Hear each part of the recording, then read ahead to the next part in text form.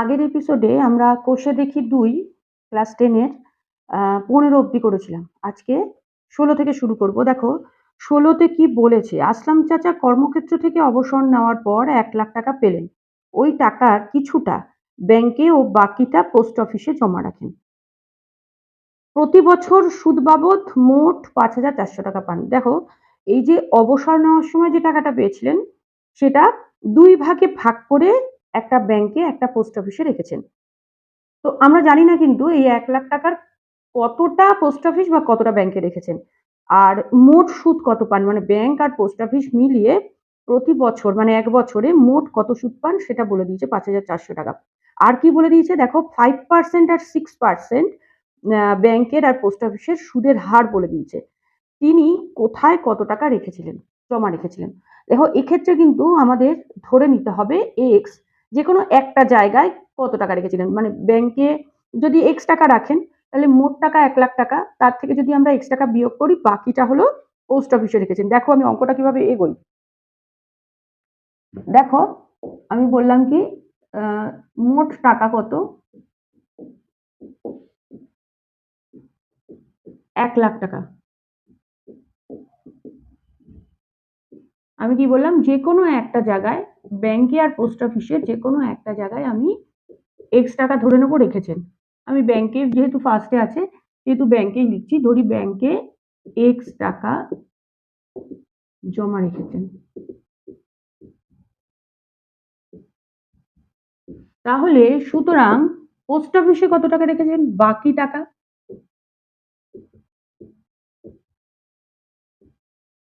বাকি মানে কত বিয়োগ? ১,০০,০০০ বিয়োগ X এত টাকা রেখেছেন। এইবারে আমরা সুদ বার করি। পার্সেন্টেজ দেওয়া রয়েছে, সুদ বার করি। তাহলে ব্যাংকে সুদ আ আচ্ছা এখানে ১ বছরের কথাটা লিখি। ১ বছরে ব্যাংকের সুদ। আমরা সেই ফর্মুলা দিয়েই করব PRT/100 P কত এখানে X টাকা ব্যাংকের ক্ষেত্রে আ আর কত? দেখো কত লিখেছে 5% কেন 5%? কারণ ১ম এ যেহেতু ব্যাংকের কথা বলেছে সুতরাং ১ম সুদের হার দিয়েছে 5%। সুতরাং ১ম টা ব্যাংকের সুদ হবে 5% আর T হলো ১ বছর বাই 100 তাহলে কত হবে? আমি এখানে ১০০ টা কাটছি না। কারণটা আমি পরে বলছি। এত টাকা। পোস্ট অফিসে ১ বছরে পোস্ট অফিসে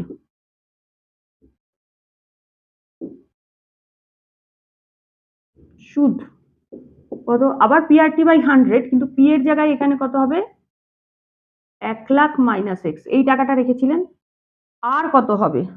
দেখো 6% T মানে ১ বাই 100 এত টাকা। এখানে আমি যদি একটাই কাজ করা যায় এখানে গুণ করে দেওয়া যায়। আ ৬,০০,০০০ মাইনাস 6x মানে এটার সঙ্গে ৬ ১ কে ৬ এই ৬ এর সঙ্গে যদি আমি এই পুরোটা গুণ করি এটার সঙ্গে গুণ করতে হবে, এটার সঙ্গে গুণ করতে হবে বাই 100 এইবার দেখো বছরে তিনি মোট কত টাকা পেয়েছিলেন? লেখা রয়েছে ৳৫,৪০০ তাহলে আমরা একটা সমীকরণ তৈরি করতে পারি।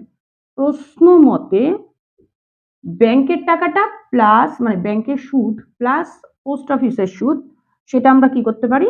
যোগ করতে পারি।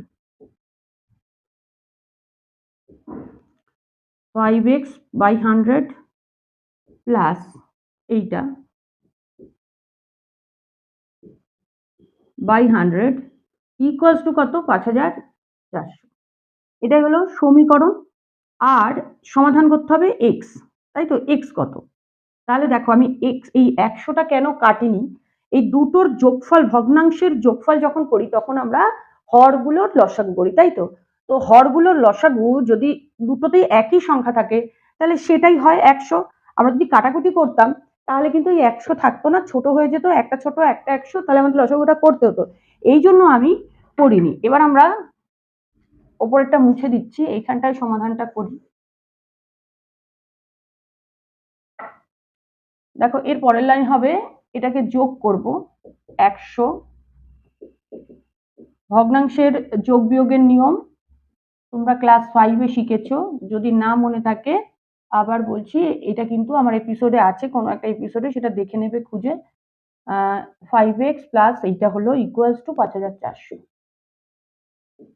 এইবার এখানে এক্স এক্স যোগ বিয়োগ হয়, 5x minus 6x equals to minus x plus 6,00,000। এইবারে এইটা যেহেতু ভাগ হিসেবে আছে, এটা যদি এই পাশে যায়, ডান পাশে যায়, তাহলে 5400 সঙ্গে কি হবে, গুণ হবে। শূন্যওয়ালা সংখ্যার গুণ হলে এইটার সঙ্গে এটা আমরা গুণ করে দেবো এবং শেষের সংখ্যাগুলো অর্থাৎ শেষের শূন্যগুলো আমরা বসিয়ে দেবো। 4টে শূন্য আছে, বসিয়ে দিলাম। এবারে এক্স ইকুয়ালস টু কত, তো দেখো এই এক্সটা নেগেটিভ আছে, যেহেতু মাইনাস আছে, আমরা এই এক্সটাকে এপাশে নিলে তাহলে কি হবে, এই এই টাকাটাকে আমরা এই 5,40,000 টাকাটাকে আমরা যদি বাঁ দিকে আনি, তাহলে এটা এটার সঙ্গে মাইনাস হবে।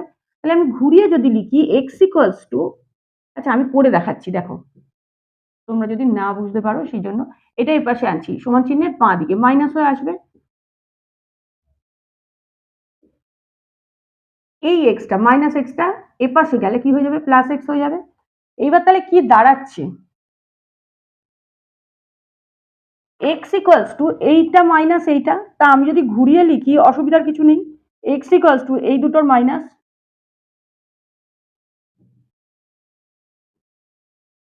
তাহলে কত হলো, 60,000 টাকা।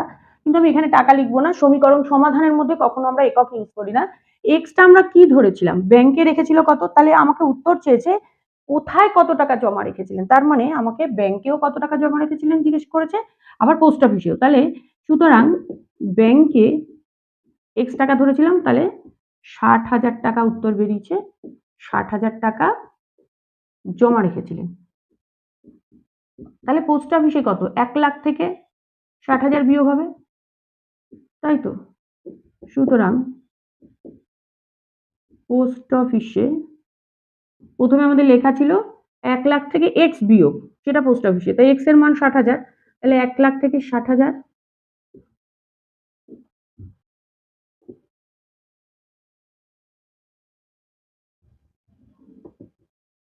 40,000 টাকা।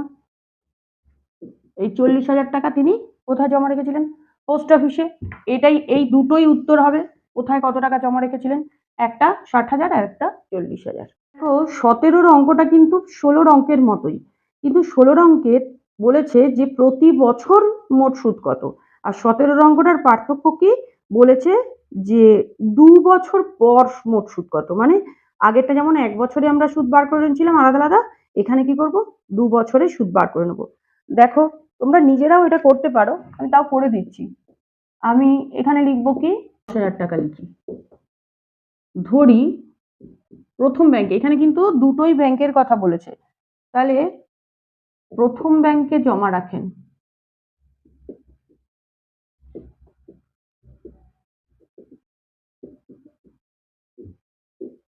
এক্স টাকা, তাহলে দ্বিতীয় ব্যাংকে এরকম করে লেখা যায় তো, প্রথম দ্বিতীয় ব্যাংকে জমা রাখেন এই 10,000 থেকে আমরা কি করব, এক্সটাকে মাইনাস করলেই বাকি টাকা হলো দ্বিতীয় ব্যাংকে জমা রাখেন।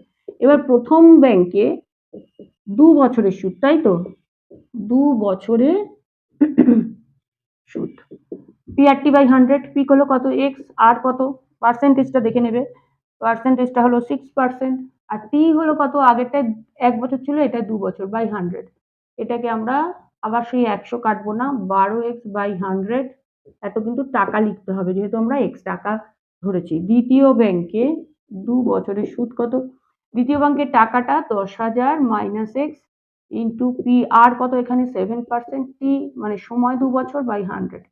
এখানে আমরা কি করি, 7 দুগুণে 14, তাহলে 14-র সঙ্গে এটাকে গুণ করব, মাইনাস 14x, এটাকেও গুণ করব বাই 100, এত টাকা। এবারে প্রশ্ন মতে কি হবে, এই দুটোর যোগফল, দুটো সুদের যোগফল আগেরটার মতোই, কত দিয়েছে এখানে, দুটো সুদের যোগফল, দুটো সুদের যোগফল দিয়েছে 1280 টাকা। এটা সমীকরণ হলো। তাহলে এর পরে আমরা কি করব, এই ভগ্নাংশের যোগ, আমি আগেই বলেছি 100, ওই জন্য কাটাকুটি করিনি, যাতে এখানে লসাগুটা করতে আমাদের সুবিধা হয়।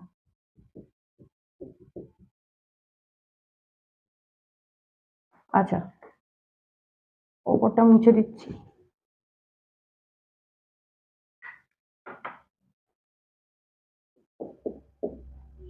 12x মাইনাস 14x, এখানেও কিন্তু মাইনাস 2x মাইনাস আসছে, plus 14,000 by 100 equals to 1280।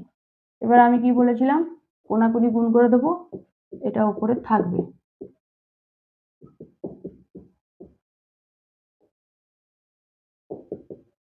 Minus 2x এটাকে এই পাশে রেখেও করা যায়, এইটার সঙ্গে এটা মাইনাস হয়ে যাবে,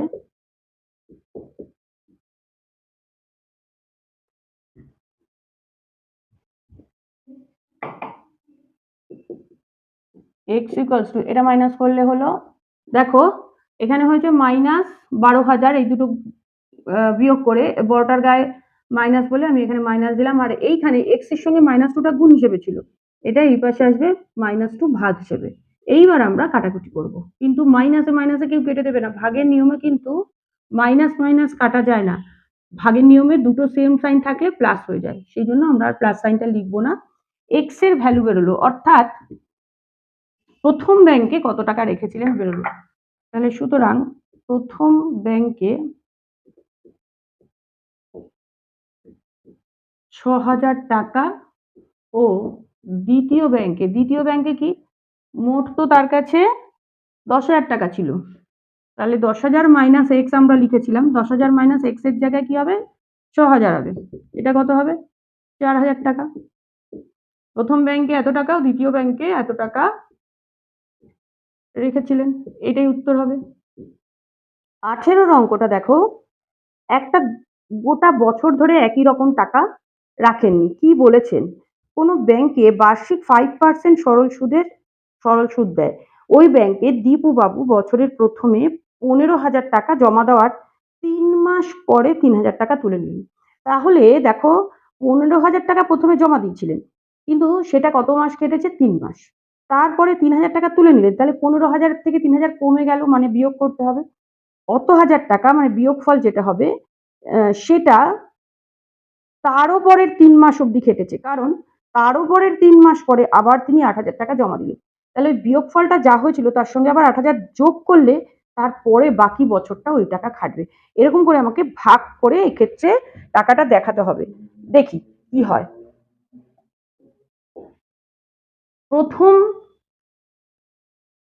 প্রথম ক্ষেত্রে লিখি, প্রথম ক্ষেত্রে আসল কত, আসল পি হলো 15,000। আচ্ছা, সুদের হার কত, সুদের হার আর ইকুয়ালস টু কত, এখানে দিয়েছে 5%। এরপরে কি সময়, টি ইকুয়ালস টু, দেখো প্রথম 3 মাস কিন্তু 15,000 কেটেছে, তাহলে 3 মাস একে আমরা কিসে নিয়ে যাব, আমি বলেছি এই ধরনের অঙ্ক, সুদের অঙ্ক কখনোই তোমার মাসে হিসেব করবে না, সবসময় বছরে নিয়ে যাবে, তাহলে 1/4 বছর এই অবস্থাতেই রেখে দেবো। সুতরাং সুদ কত, সুদ আই সমান P R T by 100, P এখানে 15,000 আর কত 5, টি মানে 1/4, আমি বলেছি 1/4 মানে এরকম ধরনের ভগ্নাংশ থাকলে 1 উপরে নিচে 4, আর নিচে বা 100 তো ছিল এই ফর্মুলায়, সেই জন্য এটা এরকম লিখে দিলাম, দুটো শূন্য কেটে গেল, 4 দিয়ে ভাগ করব, আচ্ছা আগে 2 দিয়ে করি, 2 দুগুণে 4, এই আর কিন্তু আমাদের যাচ্ছে না, এটা কিন্তু আমাদের দশমিকে হচ্ছে, দশমিকে করলে হচ্ছে এটা,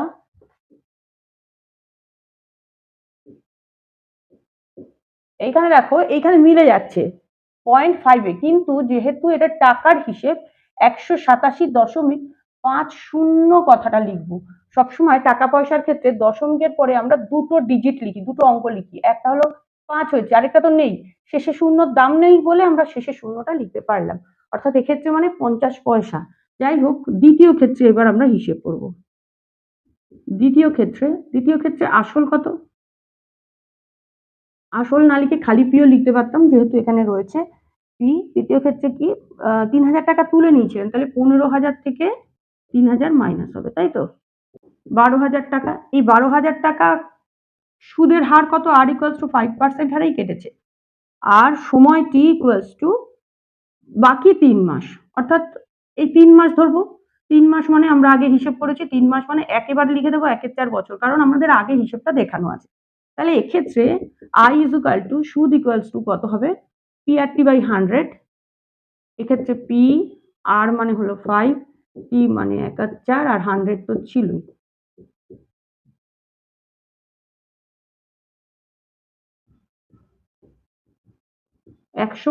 টাকা এটা রেখে দিলাম।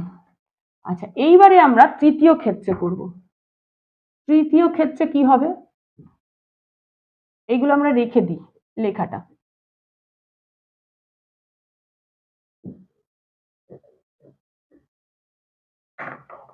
আসল হলো এই যে 12,000 টাকা দ্বিতীয় 3 মাসে যে খাটলো, তার সঙ্গে আরো কত টাকা জমা দিলেন উনি, 8,000 টাকা জমা দিলেন। জমা মানে কি যোগ হবে, তাই তো? তাহলে এখানে হবে 20,000 টাকা। সুদের হার 5%। সময়টা কি বলেছে যে তিনি ওই বছরের শেষে এবার সুদের হিসাব হবে। তাহলে 2-3 মাস চলে গেছে, বছর মোট কত মাসে, 12 মাসে। তার থেকে 2-3 মানে 3 যোগ 3, 6 মাস চলে গেছে, বাকি থাকে 6 মাস। এই 6 মাস মানে একে বছরে নিতে হলে 12 দিয়ে ভাগ, 6 2 12, তার মানে হাফ সমান হাফ বছর। ঠিক আছে, তাহলে আমরা এইবারে সুদ I ইকুয়ালস টু কি হিসেব করব, সুদ I ইকুয়ালস টু এবার কত হবে, তাহলে P মানে হলো 20,000, R মানে 5, T মানে 1/2 আর 100 তো ছিলই বাই 100, দুটো শূন্য এই কেটে গেল, 2 দিয়ে 100 মানে 500, এত টাকা। তাহলে এবার মোট কত হলো, মোট সুদ কত হলো?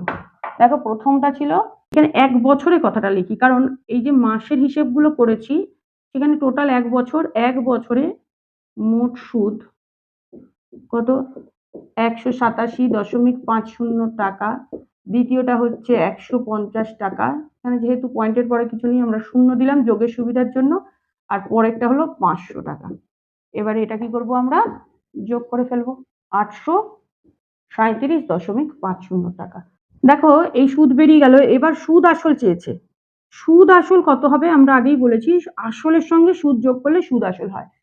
আমরা দেখব লাস্ট আসল কি ছিল, প্রথম আসল নয় কিন্তু লাস্ট পর্যন্ত, শেষ পর্যন্ত আসল ছিল কিন্তু 20,000 টাকা। তাহলে 20,000-এর সঙ্গে আমরা কি করব, এই 837.50 এই সুদের টাকাটা যোগ করব। তাহলে কত হবে, এইটা হবে উত্তর। 19 নম্বর অঙ্কে দেখো, রহমত চাচা একটি বাড়ি তৈরি করার জন্য বার্ষিক 12% সরল সুদের হারে 2,40,000 টাকা ব্যাংক থেকে ধার নেন। ধার নেওয়ার পরে 1 বছর পর, ধার নেওয়ার 1 বছর পর তিনি বাড়িটি প্রতি মাসে 5,200 টাকায় ভাড়া দেন। ধার নেওয়ার কত বছর পরে তিনি বাড়ি ভাড়ার আয় থেকে ব্যাংকের টাকা সুদ সহ শোধ করবেন। দেখো এখানে বলেই দিয়েছে যে ধার নেওয়ার কত বছর পরে, ধার নিয়েছিলেন যত বছর, মানে আমি যদি ধরি 15 বছরে টাকাটা শোধ করবেন, তাহলে ভাড়া দিয়েছেন কত বছর, 14 বছর, কারণ কি 1 বছর পরে। তো এক্ষেত্রে আমরা তো জানি না কত বছর, আমরা ধরে নেব এক্স বছরের জন্য তিনি মানে এক্স বছর পরে তিনি সুদটা এই ধারটা শোধ করবেন। তো সেক্ষেত্রে আমরা লিখব কি, ধরি ধার নেওয়ার এক্স বছর পর তিনি সুদ সহ টাকা শোধ করবেন, বা ধারের টাকা, যাই হোক টাকা শোধ করবেন। তাহলে ভাড়া নিয়েছেন কত কত বছরের জন্য, সুতরাং ভাড়া নিয়েছেন 1 বছর পর, তাই তো? ভাড়া নেন কত বছরের জন্য, x-1 বছরের জন্য। কারণ ধার নিয়েছিলেন যদি 1 বছরের জন্য, তাহলে 1 বছর পরে উনি ভাড়া দেন, তাহলে x-1 বছর ভাড়া নেন।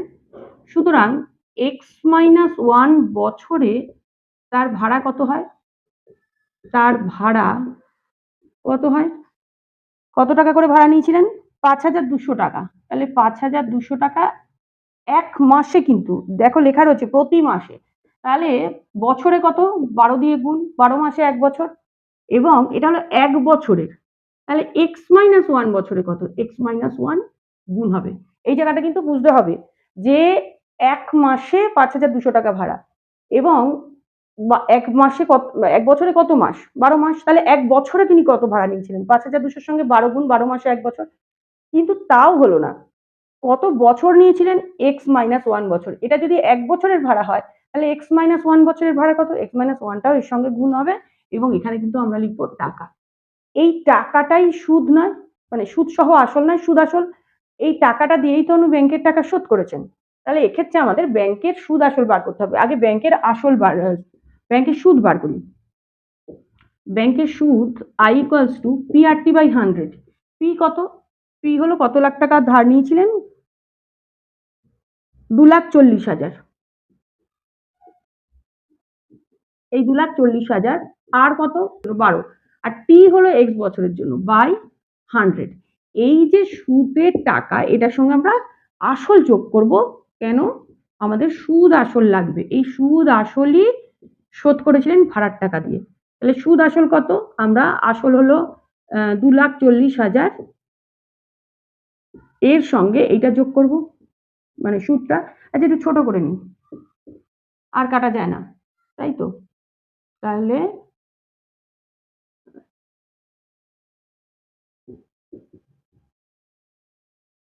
এইটা এত টাকা। এইবারে প্রশ্ন মতে আমি এক্ষুনি কি বললাম যে এই সুদ আসলটাই শোধ করেছিলেন এই টোটাল ভাড়া দিয়ে। তাহলে এইটা ইকুয়ালস টু এইটা না? আমরা লিখি সেটাই, 2,40,000। এটা একবারে গুণ করে লিখে ফেলি,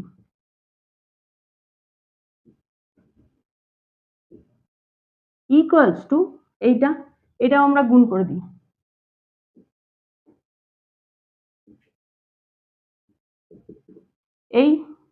এইবারে এইটাকেও আমাদের গুণ করতে হবে।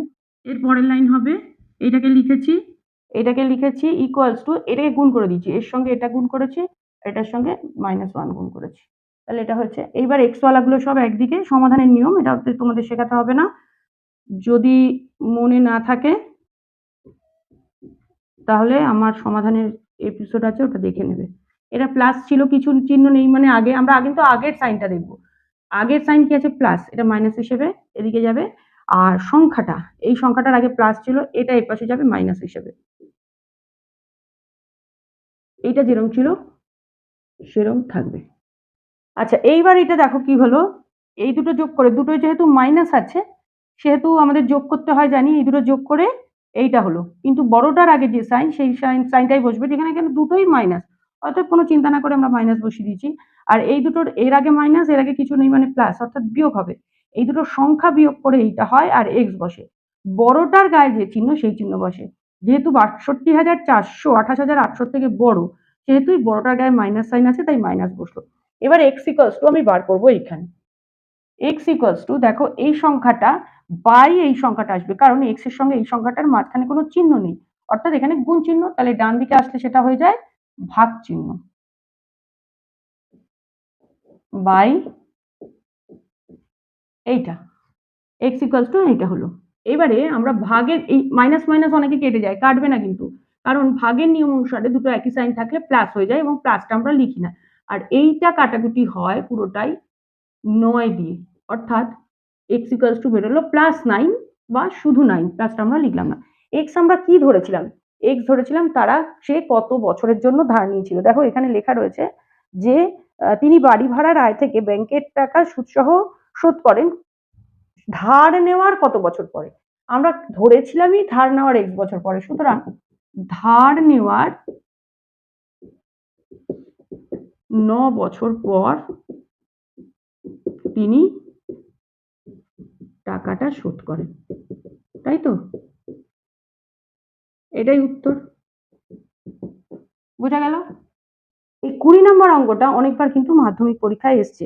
19, 18, 19, 20 এই তিনটে অঙ্ক কিন্তু মাধ্যমিক পরীক্ষার জন্য খুব ইম্পর্টেন্ট। মানে এই পৃষ্ঠাটা, এই 47 পেজে যতগুলো অঙ্ক আছে 15 বাদে বাকিগুলো ঘুরিয়ে ফিরিয়ে মাধ্যমিকে এসছে। আচ্ছা আমরা 20 নম্বরে চলে যাই। দেখো রথীন বাবু তার 2 মেয়ের প্রত্যেকের জন্য ব্যাংকে এমনভাবে টাকা জমা রাখেন যাতে প্রত্যেক মেয়ের বয়স যখন 18 বছর হবে তখন প্রত্যেক মেয়ে 1,20,000 টাকা করে পাবে। অর্থাৎ এই 1,20,000টা তাদের ক্ষেত্রে সুদ আসল হবে 18 বছর যখন বয়স হবে। কিন্তু তাদের বয়স এখন কত? এখন হলো দেখো বলে দিয়েছে 13 বছর একজনের, একজনের 8 বছর। আর সুদের হার বলে দিয়েছে 10%। তিনি প্রত্যেক মেয়ের জন্য ব্যাংকে কত টাকা জমা রেখেছিলেন? দেখো যার 8 বছর বয়স তার 18 বছর হতে 10 বছর বাকি, তাহলে 10 বছরে টাকাটা খাটবে। আর যার 13 বছর বয়স তার টাকাটা খাটবে কত বছর? 18 থেকে 13 বিয়োগ করব 5 বছর। তাহলে 5 বছরে যে টাকা হবে ওই 8 বছরেও আমাকে সেই টাকাই করতে হবে। তাহলে আমরা কি ধরবো? কার জন্য কত টাকা রেখেছিলেন সেইটা ধরে নেব। প্রথম মেয়ে মানে যার বয়স 13 বছর, আমরা সেইটাই লিখি। 13 বছরের মেয়ের ক্ষেত্রে ধরি, আচ্ছা ধরিটা এখানে না লিখে 13 বছরের মেয়ের ক্ষেত্রে ধরি, আসলটা ধরছি। আসল পি ইজুকাল টু কত? এক্স, এক্স টাকা। আচ্ছা এর ক্ষেত্রে সুদের হার কত? সুদের হার কিন্তু দিয়ে দিয়েছে 10%। আচ্ছা সময় কত? আমি কি বললাম? সময় কি সমান 18 বছর হতে এই 13 বছরে আর কত বছর বাকি? 5 বছর বাকি। তাহলে এই 5 বছরের জন্য টাকাটা খাটবে। তাহলে আচ্ছা এখানে কিন্তু সুদ আসল দেওয়া রয়েছে। এই যে 1,20,000 টাকা পাবেন এটা কিন্তু সুদ আসল। তাহলে সুদটা কত? সুদ সমান হলো পি আর টি বাই 100, আর হলো 10 আর টি হলো 5 বছর বাই 100। শূন্য শূন্য কেটে গেল, 5 দুগুণে 10। এক্স বাই 2 টাকা হলো কি? সুদ। তাহলে সুদ আসল কত? এই অঙ্কটা দুটো পার্টে হবে, প্রথম মেয়ের ক্ষেত্রে আর দ্বিতীয় মেয়ের ক্ষেত্রে আলাদা। সুদ আসল কত? সুদ ছিল এক্স বাই 2 আর আসল কত? এক্স। তাহলে এক্স প্লাস এক্স বাই 2, এটা কত হয়? 3x বাই 2 হয়। এই যে প্রশ্ন মতে আমি বলেছি এই অঙ্কটা দুটো পার্টে হবে, দুটো সমীকরণ। তার জন্য এই যে প্রশ্ন মতে প্রথমে সুদ আসল হিসেবে 3x বাই 2 টাকা পেল, এটাই তো কত? 1,20,000 বলে দিয়েছে না? x ইকুয়ালস টু কত? x এর সঙ্গে 3 গুণ হিসেবে আছে, এর সঙ্গে আসলে ভাগ হবে, আর 2 ভাগ হিসেবে আছে, এর সঙ্গে আসলে কি হবে? গুণ।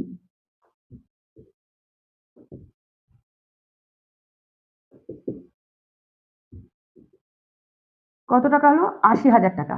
প্রথম মেয়ের ক্ষেত্রে কিন্তু কত হাজার টাকা রেখেছিলেন সেটা কিন্তু হয়ে গেল। এবার দ্বিতীয় মেয়ের ক্ষেত্রে, দ্বিতীয় মেয়ের ক্ষেত্রে আমি এখানে খালি লেখাগুলো পাল্টে দিচ্ছি।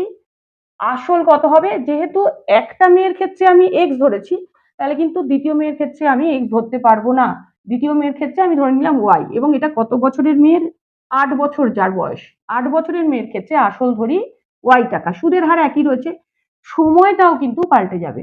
কারণ কি 18 বছর হতে যে 8 বছর মেয়ের ক্ষেত্রে কত বছর বাকি থাকে?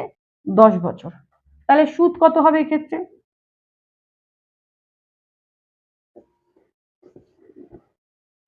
সুদ হবে কত? P R T by 100। P কত এখানে? ওয়াই। আর কত? 10। টি মানে যে 10 বছর, আর বাই 100 কত? ওয়াই টাকা। এটা কি বেরোলো? সুদ। তাহলে সুদ আসল কত? আসল ওয়াই টাকা, সুদও ওয়াই টাকা। তাহলে কত? 2y টাকা। তাহলে প্রশ্ন মতে 2y টাকাটা এটাই সমান কি 1,20,000 না? এও তো 1,20,000 টাকা পাবে। তাহলে y ইকুয়ালস টু কত? 1,20,000 বাই 2 কত টাকা? 60,000 টাকা। তাহলে এক মেয়ে পেল কত টাকা? 80,000 টাকা, আরেক মেয়ে পেল 60,000 টাকা। এটাই হলো উত্তর। আচ্ছা এবার দেখো, আমরা তো করলাম 20 নম্বর অঙ্ক অবধি। তো 20 নম্বর অঙ্ক অবধি হলো পাটিগণিতের 5 নম্বরের যে অঙ্কগুলো আসে মাধ্যমিকে সেই অঙ্ক। এবারে কিন্তু তারপরে দেখো 21 থেকে শর্ট কোশ্চেন আছে। 1 নম্বরের শর্ট কোশ্চেন হলো এমসিকিউ বা ছোট ছোট কতগুলো অঙ্ক দেবে। এছাড়া থাকবে 2 নম্বরের শর্ট কোশ্চেন, সেগুলো এখানে কিন্তু আছে এই চ্যাপ্টারের বেসিসে যে শর্ট কোশ্চেন হয়। তোমরা আমি যে অঙ্ক বোঝালাম, যেভাবে বোঝালাম, যে রুলগুলো ধরে বোঝালাম, সেইগুলো ধরে তোমরা শর্ট কোশ্চেনগুলো করে ফেলবে।